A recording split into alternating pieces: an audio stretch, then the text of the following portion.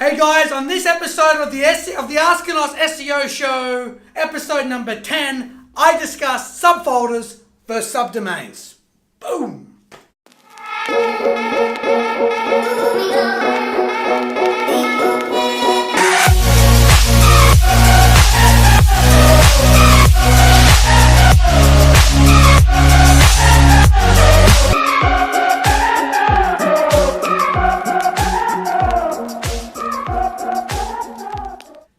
Okay guys, so on today's episode, I'm going to discuss about subdomains and subfolders.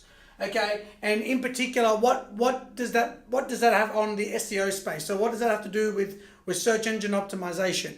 So basically, the difference between a subfolder and a subdomain, just quickly, is a subfolder will be like omegadigital.com.au/blog, and a subdomain will be blog.omegadigital.com.au.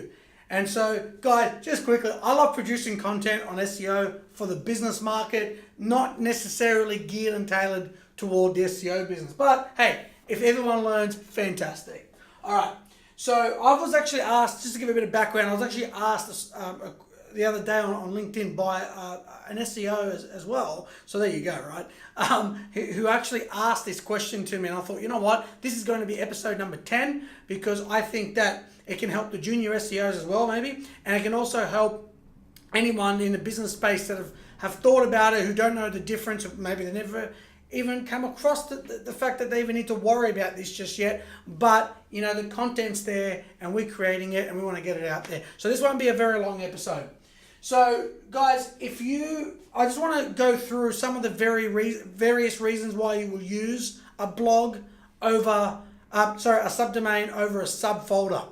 So the way I like to think about it is if I'm producing content for my business, or I'm producing content for my personal blogging website, whatever the case may be, if you want the content itself to be attributed to the actual domain, to the website, then you need to do it in a subfolder. So what does that mean? So basically, if you've got a blog, right, and you've got the top 3 tips of cleaning a house, and you want that article to show up in the search engines or to be found on Google and Bing and treated as though it's your content, well then it's the best way to do it on a /blog. And what happens is, if it's on a subdomain, if it's on blog.omegadigital.com.au / then the article or whatever, that will actually be seen as an entirely different domain. And I'm going to go back and forth a few times in these different examples.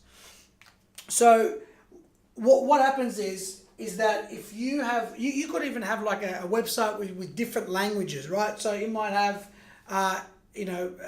omegadigital.com.au /en. In that case, it wouldn't really make sense to put it into a subfolder because you want the content to stand alone, right? So it would actually make sense to put it in a subdomain, right? So it would be like english.omegadigital.com.au or fr.omega for French. So subdomains is when you generally want the content to stand alone on its own domain, whereas a subfolder, the content will definitely be seen as part of that domain. So guys, if you've got a blog, if you've got a website out there and you've got a blog, I mean, if you want to actually have that content be seen as part of your domain, and I'm sure you probably would, then I can't, for me, it's my advice, I can't say it strong enough that you definitely want to have it on a /blog. Some examples of reasons why, and more reasons, I think the English and the French was actually a really good one, but another reasons why the other domains will put their blog on a subdomain would be like WordPress.com. So if you actually go to WordPress.com and you want to actually start your own blog, but you don't want to actually build your website and get a developer to help you, or whatever the case may be, then yes, it will be andrewglinsos.wordpress.com, and that content will be seen as standalone because WordPress does not want to attribute the content you produce on their domain. Otherwise, you would have so much content ranging from someone talking about cars to the mummy blog, and it becomes a mess. and obviously content that's going to be on their domain for things like links going off to the site. So links going from, andrewglinsos.wordpress.com going to microsoft.com isn't a link from WordPress. It's a link from your respective subdomain. Whereas if it was on a /folder, then it would be seen as a link from WordPress. So there's a lot of reasons why WordPress does that. It makes sense for them. And also, if you've seen a website like QUORA.com, they also put your blog or your content in a subfolder because they actually want to be known for a particular topic, and therefore having all the content on their / so whatever precedes after domain obviously will convolute there and sort of draw out irrelevant content for them.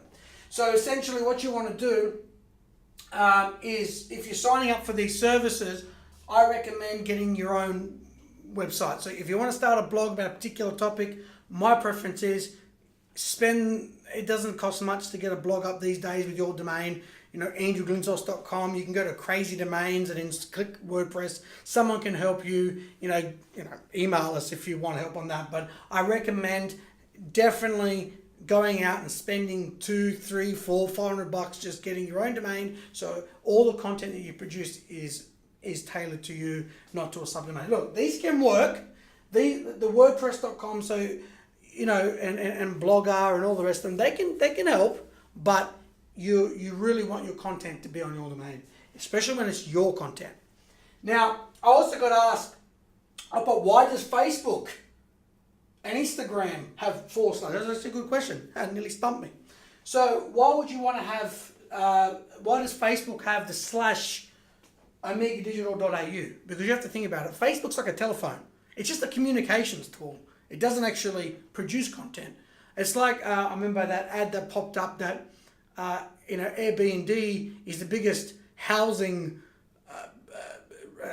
website, but it provides no housing, right? So it relies on content creators, right? So Facebook and Instagram, they don't actually produce content. They rely on us to produce the content, or businesses to produce content. So for them, it makes sense. Plus, at times, some of this content is even blocked out from search engines from even accessing anyway.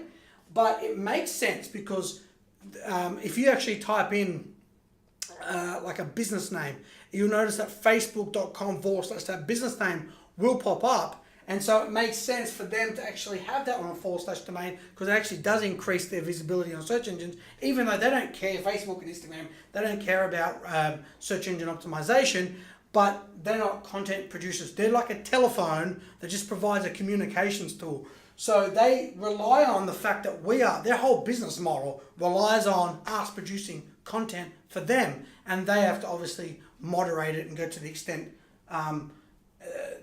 to moderate such huge amounts of content. So guys, hopefully that explains it roughly.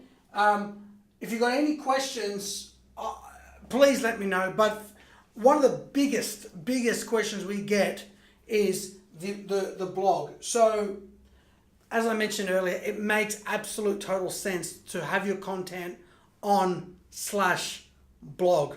Thanks a lot, guys. This was the quick episode number 10.